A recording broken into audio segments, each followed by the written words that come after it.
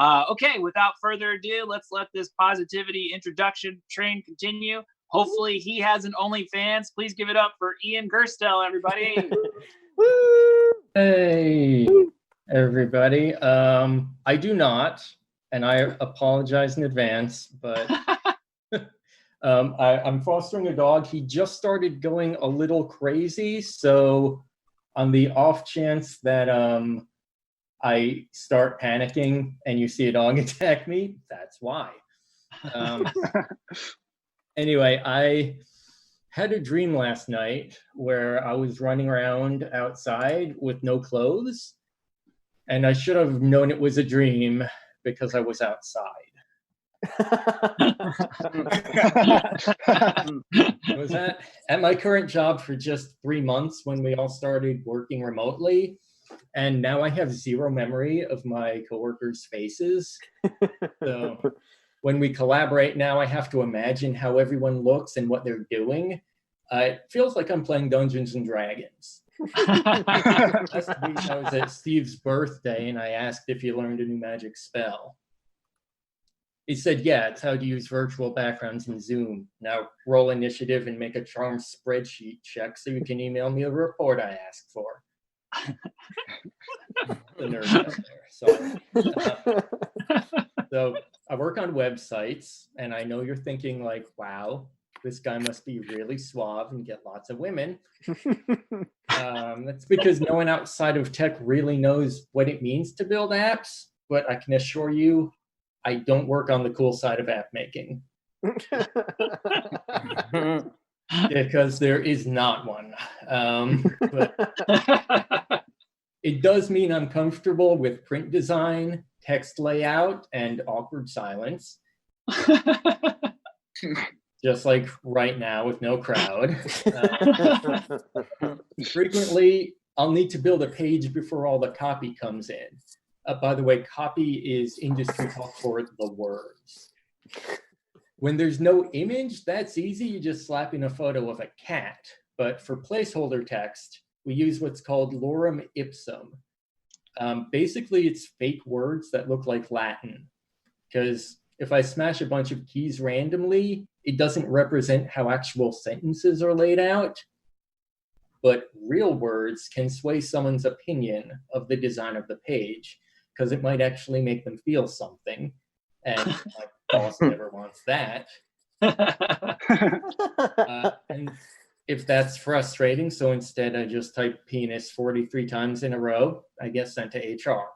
So even Pig Latin is too distracting. So what's left is Latin twice removed, fake Latin, which is lorem ipsum. It represents real copy without distracting from the design, and it also sounds like a weird celebrity baby name. Like, wait, did Gwyneth Paltrow name her daughter lorem ipsum? I've been staying sane alone by baking.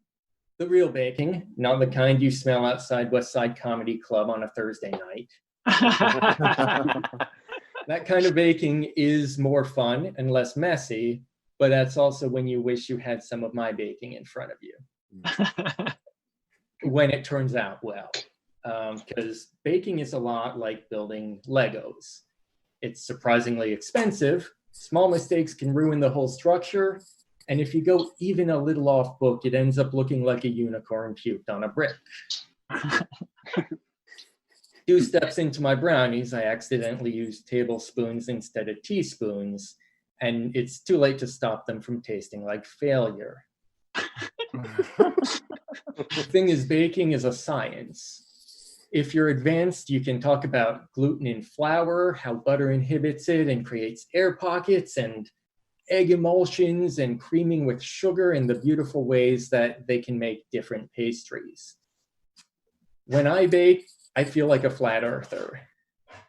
To me, the cookbook looks like alchemy from the Dark Ages, and I'm just trying to balance my elements right.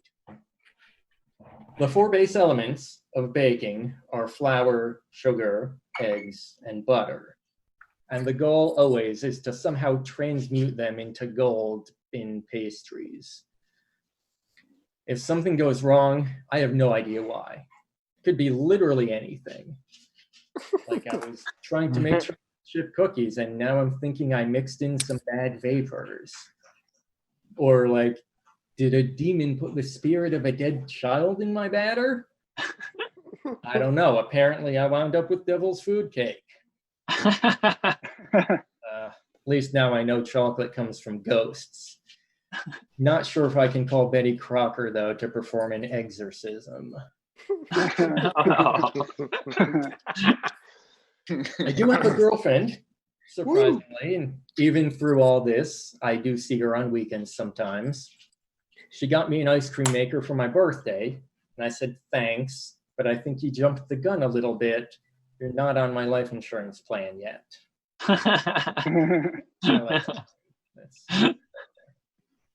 But, she asked me once why I'm attracted to her.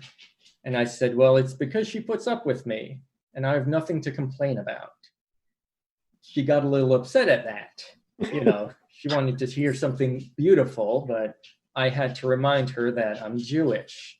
And if you're not from Los Angeles, what that means is that I can't complain is the highest praise we have. When Moses and the freed slaves arrived in Canaan, and a Bronze Age journalist asked him how it felt to finally settle down, he said, I can't complain.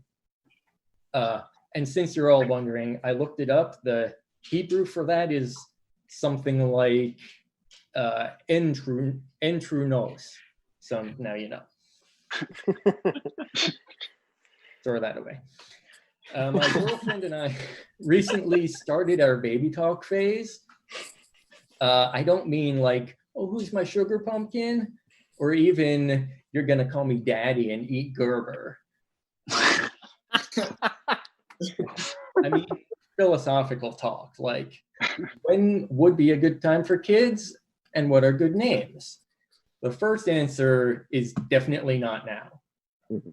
But the second question, that's a lot tougher. So we went back and forth and we couldn't agree on anything. So we compromised, and now we can't wait until we can introduce everyone to our baby, Laura Mipsum Gerstel. Thanks all, you've been great. This dog's up for foster. All right, that was Ian, everybody. Yeah, round of applause. He's the only comic that fostered a dog for his set. Hopefully you saw it in the background. But it is up for adoption. What is that dog's name, by the way? His name is Moose. Hi, Moose. And do you know more information about Moose? We don't. He was picked up as a stray from the shelter. He's a good boy. I gave him an Instagram, actually. Foster dog Moose, if you need dog photos. Wow. That is great. I love that you gave it an Instagram. That's awesome. And no complaints about the dog, right? None, almost. All right. Highest praise from a Jewish person. We heard it here. Please foster that dog. The dog needs a home. But hopefully after the pandemic, so Ian has a friend until then.